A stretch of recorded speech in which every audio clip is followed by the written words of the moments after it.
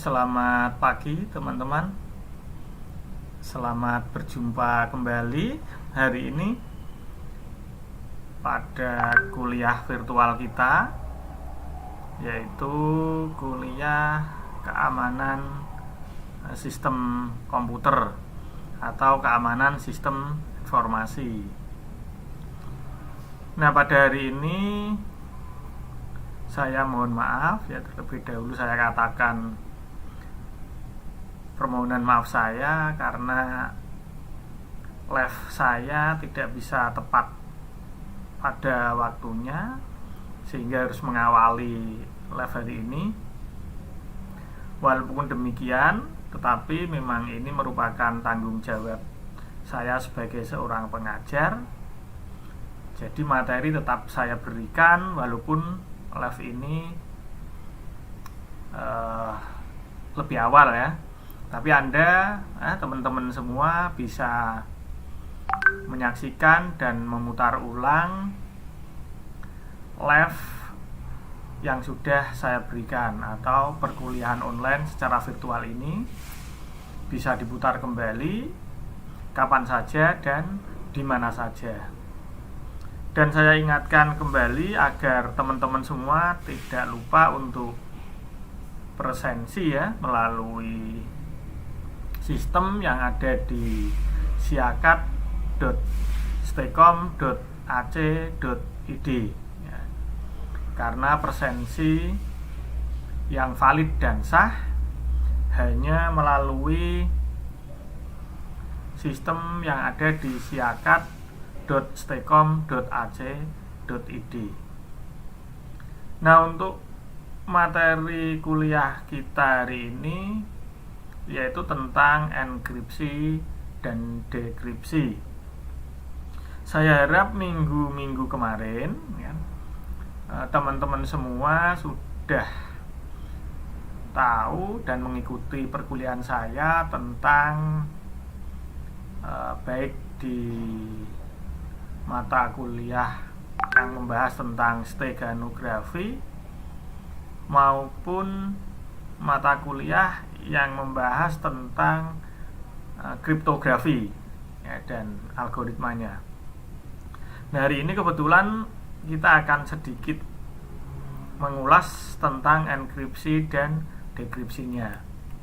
Walaupun nanti kita ada sedikit flashback ke belakang, melihat lagi materi kemarin ya. Kriptografi itu apa ya?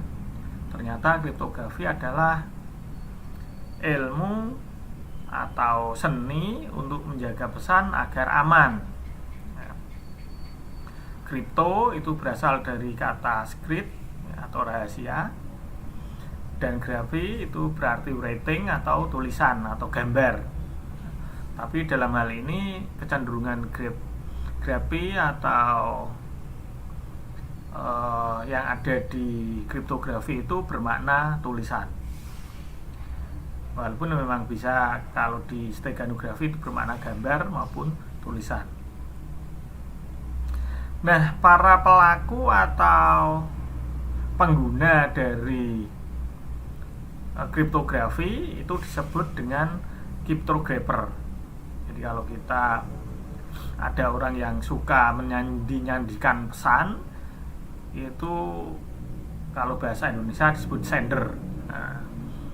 Nah, sedangkan untuk yang bahasa Inggris ya, itu kriptografi, itu disebut dengan istilah cryptographer.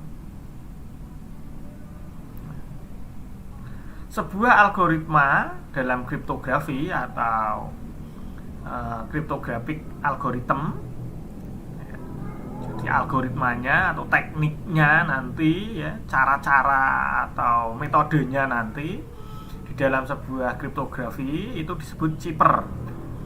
Jadi kalau kita mendengar kalimat cipher atau cipher dalam bahasa Inggris, kalau cipher itu bahasa Indonesia ya, tergantung kita nanti ya, cipher atau cipher itu merupakan persamaan matematik. Jadi metode algoritma tadi itu sebetulnya dia diterapkan itu berdasarkan persamaan matematik. Nah, hal inilah yang mendasari atas terjadinya enkripsi dan dekripsi. Kemudian enkripsi itu apa dan dekripsi itu apa gitu. Nah, enkripsi itu merupakan proses yang dilakukan untuk mengamankan suatu pesan. Nah, pesan yang sudah diamankan atau pesan tadi itu disebut dengan sebuah plain text. Sedangkan yang tersembunyi, pesan yang sudah teracak, sudah disembunyikan, kalau di dalam steganografi, kalau dalam kriptografi itu ya pesan yang sudah diacak tadi itu disebut dengan istilah ciphertext. Jadi plain text itu plain itu adalah teks yang ingin disembunyikan, sedangkan ciphertext itu pesan yang sudah tersembunyi. Sehingga ciphertext ini nanti pesan yang sudah tidak bisa dibaca, walaupun nanti ada beberapa teknologi atau beberapa orang yang mencoba untuk mendekrip pesan ini sehingga bisa dibaca kembali, tapi prosesnya itu tidak semudah yang kita bayangkan, karena yang pegang kuncinya atau yang pegang sandi cara mengembalikannya itu ya yang berkepentingan, yang ngirim dan yang dikirimi tentunya. Kemudian untuk dekripsi itu merupakan proses sebaliknya dari enkripsi, yaitu mengubah ciphertext menjadi plain text, mengubah kata semrawut, kata yang enggak genah tadi, kata yang sudah dibolak-balik, kata yang sudah kombinasikan tadi atau sudah disandikan tadi menjadi kata yang utuh kembali dan dapat dimengerti oleh si penerima. Itu namanya dekripsi, jadi proses pembalikan. Sedangkan kriptanalisis, jadi kriptanalisis itu ilmu untuk memecahkan ciphertext. Nah, jadi kalau kita mencoba-coba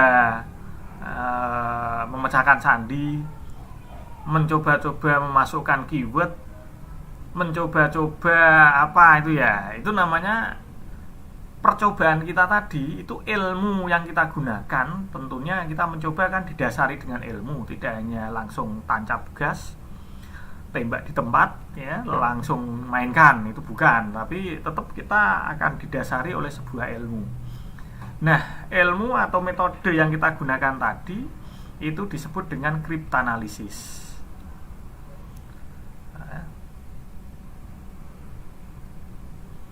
Kalau kriptanalisis itu adalah ilmunya. Kalau kriptanalis, jadi ada kriptanalisis, ada kriptanalis. Kalau kriptanalis itu adalah pelakunya, saya tadi. Saya yang sedang ngutak-ngutik, ngutak-ngutik ciphertext tadi agar bisa menjadi plain text tanpa menggunakan kunci atau kode-kode yang diberikan secara legal, itu saya disebut sebagai kriptanalis. Cara-cara yang saya gunakan untuk memecahkan tadi atau kegiatan saya tadi itu disebut dengan kriptanalisis. Tindakan, pergerakan dan aktivitas saya disebut kriptanalisis. Saya disebut dengan kriptanalis. Pesan yang saya utik-utik agar bisa dibaca tadi namanya ciphertext, sedangkan pesan yang bisa dibaca, yang sudah terbaca, yang sudah terpecahkan atau yang mau diutak-atik tadi disebut dengan plain text.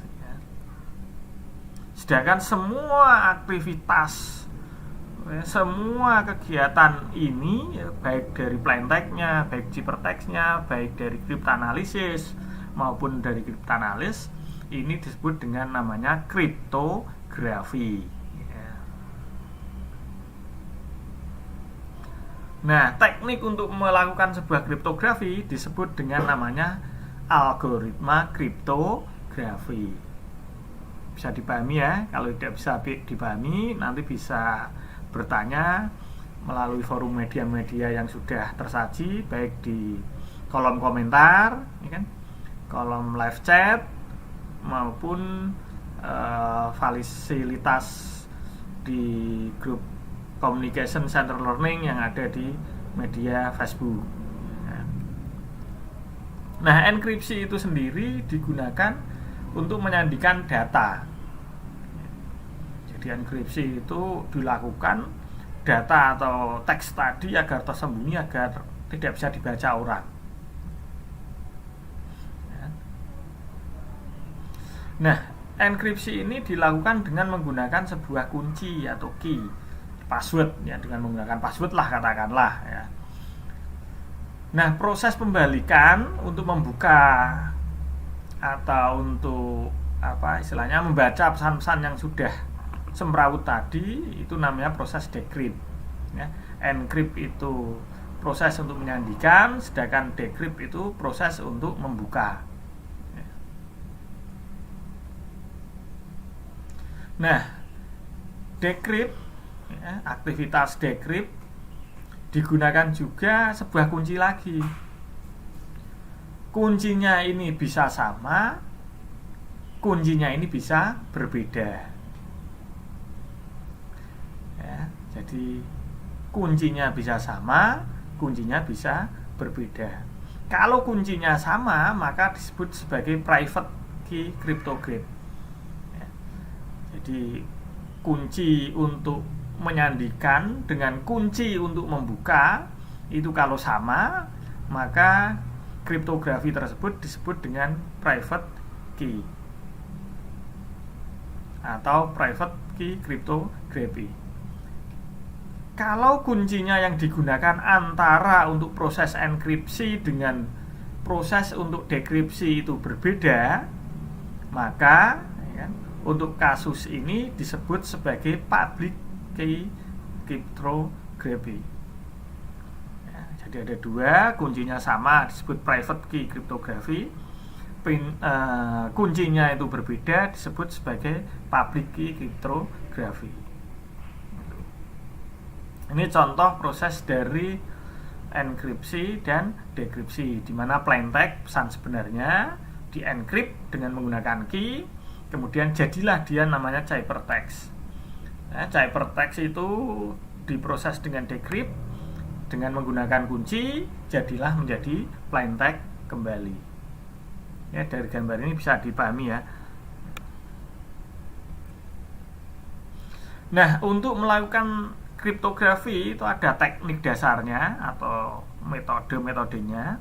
Bisa menggunakan substitusi, bisa menggunakan blocking, bisa menggunakan permutasi, bisa menggunakan ekspansi, maupun bisa menggunakan pemampatan atau penutupan, penyumbatan ya, tapi pemampatan itu aja lah. Proses tidak bisa mengalir gitu aja lah, itu pemampatan. Ini yang proses untuk substitusinya. Jadi langkah pertamanya dengan membuat suatu tabel substitusi nanti. Jadi tabelnya nanti ya kita buat ya sesuka-suka kita ya. Jadi SSG ya. Jadi suka-suka gue gitu ya. Jadi kalau anak-anak sekarang yang generasi milenial itu biasanya suka dengan istilah SSG, suka-suka gue. Nah, itu membuat tabel substitusinya sesuka hati kita. Dengan catatan tapi ya, catatannya apa? Bahwa nanti penerima pesan itu harus memiliki tabel yang sama ya. Kalau tabelnya berubah sedikit satu huruf saja, itu alamat nanti biar ambiar semua, sudah nggak bisa dibuka pesannya. Jadi tabel yang dipunyai oleh si encrypt itu memang SSG ya, suka-suka gue. Tapi bagi yang decrypt, dia harus pegang tabelnya sama dengan yang buat ya. Tetapi ada cara lain, yaitu tabel substitusi itu dibuat secara acak, sehingga semakin acaknya tabel substitusi ini, semakin sulit ya key-nya nanti untuk dipecahkan. Contoh dari algoritma atau metode substitusi dalam kriptografi ini adalah tabel substitusi. Ya, yang kedua, Kaisar Cipher.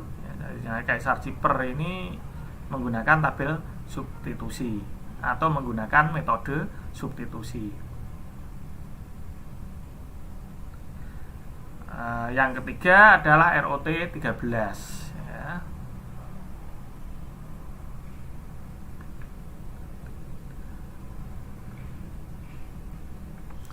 Ini contoh dari tabel substitusi ya. A B C D E F G H I J K L M N O P Q R S T U V W X Y Z. Itu contoh urutan secara normal. Terus kemudian kita substitusi ya, menjadi urutannya seperti itu tabelnya ya kan. Jadi tabel pembalikan huruf itu sesuka-suka kita ya, SSG tadi. Nah, ketika kita menggunakan tabel yang kedua itu sebagai tabel urutan ya, kalau yang tabel pertama ABC itu kan standar ya kan. Nah, tabel baris yang kedua atau poin yang kedua itu setelah kita jadikan tabel substitusi SSG tadi, suka-suka gue, sehingga menjadi seperti itu. Nah, contohnya sistem, terus itu barisnya itu 7P7CQY kalau menurut tabel substitusi. Jadi tulisan sistem kalau kita buat tabel substitusi yang SSG tadi, itu jadinya tulisannya jadinya 7P7CQY ya. Itu kalau kita menggunakan tabel substitusi. Sedangkan kalau kita menggunakan Kaisar Cipher itu jadinya VLV WHP. Itu kalau kita menggunakan Kaisar Cipher. Atau kita menggunakan yang ROT 13 ya kan? Itu FVF GRZ. Sehingga baik itu tabel substitusi Kaisar Cipher maupun ROT 13 itu menggunakan tabel yang sama, yaitu poin yang kedua. Cuman metode cara pengambilannya saja yang agak berbeda. Ini yang model Kaisar Cipher. Jadi Kaisar Cipher itu pertama kali itu digunakan oleh Julius Caesar, yang pada prinsipnya itu setiap huruf digantikan dengan huruf yang berada 3 posisi dalam urutan alfabet. Jadi dia akan maju 3 langkah. Sebagai contoh, huruf A itu diganti dengan huruf D karena maju 3 langkah ya. A terus A, B, C, D kan. A maju 3 langkah, B, C, D, maka hurufnya diganti dengan D. Lah kalau B Pak, B ya maju 3 langkah, B berarti C, D, E. Kalau B berarti jadinya E gitu ya. Itu namanya Kaisar Cipher. Jadi transformasi yang digunakan oleh Kaisar Cipher ini adalah kalau kita ada huruf standar A, B, C, D, E alfabet itu menjadi D, E, F, G ya, dia diawali dari D. Nanti setelah ketemu Z dia balik ke A lagi. Nah, ini namanya Kaisar Cipher. Mudah ya. Ini maju 3 langkah, maju 3 huruf. Ini yang ROT ya kan. Kalau yang tabel substitusi tadi kan suka-suka gue, mau saya balik, mau saya urutkan nomor berapa, mau saya tab kan. Intinya kita membuat tabel dari huruf alfabet, terus dari angka itu maju 3 suka-suka gue kalau tabel substitusi. Kalau Kaisar Cipher itu dia maju 3 langkah atau 3 setelah huruf itu ya kan? Atau 3 setelah angka itu. Nah, ini yang ROT 13.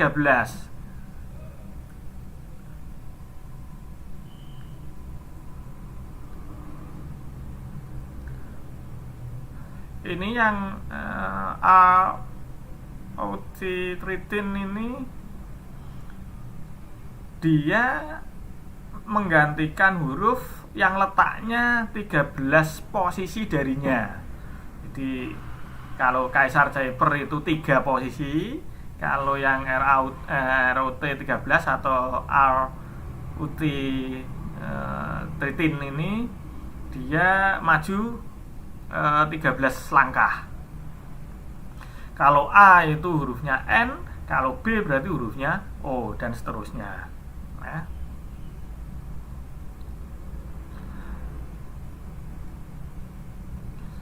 Nah, sehingga kalau untuk membalikan proses ya sama, ya kan, kita undur menjadi ke 13 gitu ya. Ini perbedaannya tabel pada metode substitusi itu ada tabel substitusi, ada Kaisar Cyper, ada ROT 13. Terus kemudian cara kriptografi yang kedua selain substitusi ada blocking sekarang. Nah, sistem enkripsi terkadang membagi plaintext menjadi beberapa blok, pecah-pecah gitu ya. Jadi dipecah-pecah. Terus kemudian dari beberapa karakter itu dia dienkrip secara independen sendiri-sendiri. Sehingga dengan menggunakan enkripsi blocking ini akan dipilih jumlah jalur. Jadi ada jalur, ada kolom ya. Atau ada lajur, ada kolom. Sehingga nanti akan membuat sebuah metrik. Jumlah lajur atau kolom menjadi kunci bagi kriptografi dengan teknik blocking ini. Nah, ya, berarti bisa dimengerti ya ini ya, dipecah. Nanti ada pesan, misalkan ada surat panjang sekali atau katakanlah 100 huruf. 100 huruf akan dipecah-pecah menjadi 10-10 katakanlah, menjadi 10 bagian. Nah, setiap satu bagian itu akan dienkrip secara independen sendiri ya. 10 dienkrip. Nah, 10 dijejarkan, 10 dibuat tabel terdiri dari 10 lajur dan 10 kolom. Maka totalnya akan terjadi 100 itu ya.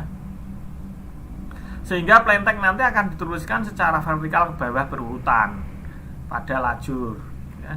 Terus kemudian dilanjutkan pada kolom berikutnya, sehingga akan menjadi blok-blok tersendiri. Seperti itu untuk yang teknik blocking. Ini contohnya ya. Ini contohnya 5 teknik dasar kriptografi ya. Maka hasil ciphertext-nya itu bisa dilihat seperti tabel di bawah itu. 5 teknik, 5 spasi teknik gitu. Ya, di blok-blok seperti itu, membuat blok. Apakah bloknya harus terdiri dari itu, Pak? Enggak, kalau bloknya itu terserah nanti ya. Itu penyesuaian kita sendiri gitu. Ya, jadi untuk blok sistem pembacaannya itu bisa menggunakan lajur atau bisa menggunakan lajur atau menggunakan baris gitu ya. Terus kemudian teknik yang berikutnya adalah permutasi. Nah, permutasi ini salah satu enkripsi yang terpenting dalam sebuah enkripsi data ya. Sehingga pada permutasi ini dalam sebuah enkripsi data kadang-kadang dia disebut sebagai transposisi, jadi perpindahan tempat. Teknik atau caranya dengan memindahkan atau merotasi karakter dengan aturan tertentu. Sehingga dalam teknik permutasi ini prinsip dari sebuah enkripsi itu akan berlawanan dengan yang digunakan pada teknik substitusi gitu ya. Nah, kalau dalam teknik substitusi itu karakter pada posisi yang tetap, identitasnya saja yang diacak. Tapi kalau pada teknik permutasi, identitasnya itu tetap, namun posisinya diacak. Ya. Walaupun pada teknik ini tetap menggunakan teknik blocking,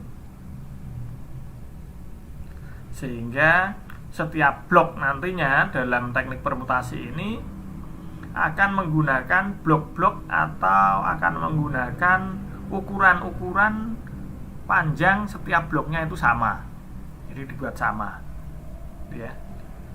Saya harap ini teman-teman nggak pada bingung ya. Kalau bingung ya nanti cari referensi yang lebih spesifik ya, tentang teknik enkripsi data dengan teknik permutasi, teknik substitusi maupun yang lain, sistem blocking gitu ya.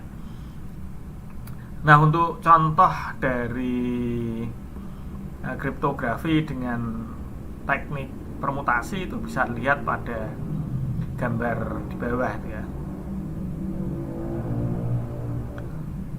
Sehingga plain text-nya itu angka 1 sampai dengan 6 ya kan. Setelah dipermutasi ciphertext-nya menjadi seperti itu. Hasilnya nanti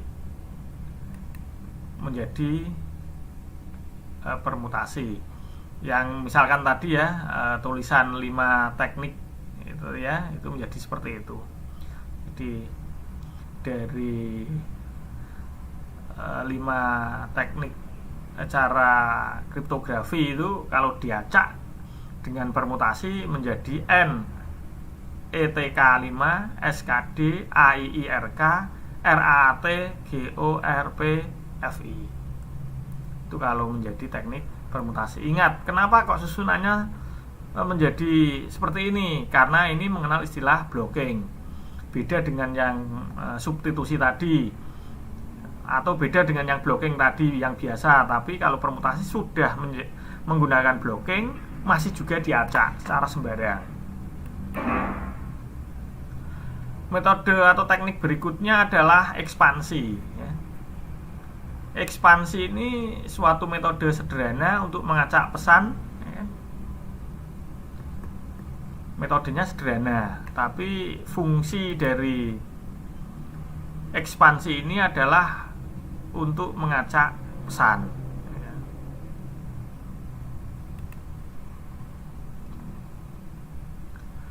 Salah satu contoh penggunaan ekspansi dalam enkripsi ini adalah dengan meletakkan huruf konsonan atau bilangan ganjil ya, yang kita lihat di sini contoh nih ya, tidak harus berarti. Ini yang contohnya itu menggunakan huruf konsonan atau bilangan ganjil. Jadi kalau kita ketemu dengan huruf konsonan ataupun ketemu dengan bilangan ganjil, maka akan ditambah dengan akhiran an. Nah, ini kalau ekspansi ini ya. Terus bila suatu kata dimulai dengan huruf vokal atau bilangan genap ya, kata loh ya, kata dimulai ini ya, kata dimulai dengan genap atau huruf vokal, maka ditambah akhiran i. Itu ekspansi contohnya ini. Tidak harus an dan i ya. Misalkan ditambah dengan nama kamu, terus kalau vokal dan genap ditambah nama pacar kamu, nah itu boleh. Jadi tidak harus an dan i, ini hanya contoh. Ini contoh. Jadi ini contoh 5 itu kan ganjil, kasih akhiran an, 5 an. Nah, itu ya. Nah, ini contohnya. Ini bisa dipahami ya, semoga enggak mumet-mumet amat ya kan? Karena amat saja tidak mumet. Nah, kita santai, enjoy saja. Paling-paling pertemuan kuliah kita kan tinggal 1 untuk minggu depan ya. Semoga tidak ada halangan rintangan ya. Kemungkinan nanti untuk proses minggu depan perkuliahan juga saya kasih record live, walaupun saya live tapi waktu saya majukan karena ada sesuatu yang tidak bisa saya tinggalkan. Tetap saya kasih materi walaupun saya majukan waktunya. Ini untuk pemampatan ya. Jadi pemampatan digunakan untuk mengurangi panjang pesan. Pesannya biar tidak panjang banget ya. Atau jumlah bloknya ya kan. Jumlah bloknya kita kurangi biar tidak semrawut cara membuatnya ya. Contoh lagi. Pemampatan itu akan menghilangkan karakter ketiga gitu ya. Itu contoh pemampatan. Terus kemudian karakter-karakter yang dihilangkan tadi akan digunakan di pesan lampiran. Ya, itu contohnya ini. Ini bisa nanti video saya bisa diputar ulang lagi. Anda memutar video saya berulang-ulang. Kira-kira kalau nggak paham di pause, lalu di back. Pause, back. Nanti tulisannya dibaca, dipahami, dan dimengerti. Contohnya seperti ini. Kalau pemampatan intinya menghilangkan karakter gitu ya. Entah karakternya yang berapa yang Anda hilangkan terserah gitu ya, dari setiap kata atau setiap kalimat. Itu pemampatan. Inti dasarnya seperti itu. Tidak harus sama persis dengan yang saya tampilkan di monitor, itu tidak ya. Saya hanya konsep-konsepnya saja. Ya, ini untuk tugas dari teman-teman pada pertemuan hari ini ya, karena saya nggak bisa memberikan materi banyak, tidak bisa memberikan materi secara detail karena kondisi yang memaksa saya harus memberikan record hasil live ya, walaupun ini saya lakukan secara live, tapi nanti record yang saya berikan ke teman-teman saya harap bisa membantu untuk lebih paham dan lebih mengkaji, mendalami tentang keamanan data. Tugas ini saya harap tidak terlalu membebani dari teman-teman semua, karena tugas ini tidak harus dikumpulkan. Kalau Anda mengumpulkan juga boleh, tidak juga tidak apa-apa. Dan tugas ini tidak akan berefek pada nilai yang teman-teman nanti peroleh, karena tugas ini sifatnya saya hanya ingin teman-teman nanti bertambah keahlian dan bertambah skill dalam bidang kriptografi. Itu saja tujuan saya. Jadi tidak harus dikumpulkan. Boleh dicoba-coba, boleh untuk menjadi bahan renungan, boleh untuk dikerjakan ya kan? Saya harap teman-teman mengerjakan semua walaupun itu hanya untuk bahan renungan. Nah, pertama itu ada plain text ya. Misalkan ujian sistem keamanan komputer dilaksanakan pada hari Senin. Apa hasil cybernya jika menggunakan teknik substitusi ROT 13? Ingat, ROT 13 adalah menggunakan huruf loncat 13 berikutnya. Ya. Terus teknik blocking ya. Jadi nanti satu blok itu terdiri dari 6 karakter, 6 kotak ya. Jadi yang pertama itu substitusi ROT 13 hasilnya seperti apa. Kalau teknik blocking itu seperti apa ya. Satu bloknya terdiri dari 6 minta saya. Karena kan SSG tadi ya kan, Anda menggunakan blok berapapun boleh, tapi saya mintanya yang 6 biar nanti sama. Terus yang ketiga jika menggunakan teknik permutasi. Yang keempat dengan menggunakan teknik ekspansi. Dan yang kelima menggunakan teknik pemampatan. Itu ya. Saya harap untuk pertemuan hari ini saya akhiri sekian. Sekali lagi saya mohon maaf akan hal ini karena kendala non teknis yang terjadi sehingga perkuliahan saya kasih dengan jam yang maju. Walaupun Anda bisa menyaksikan pada tepat jam yang sama dan Anda putar ulang setiap waktu dimanapun dan kapanpun berada. Untuk hari ini dari saya sehari sekian. Saya lagi mohon maaf. Terima kasih. Selamat pagi.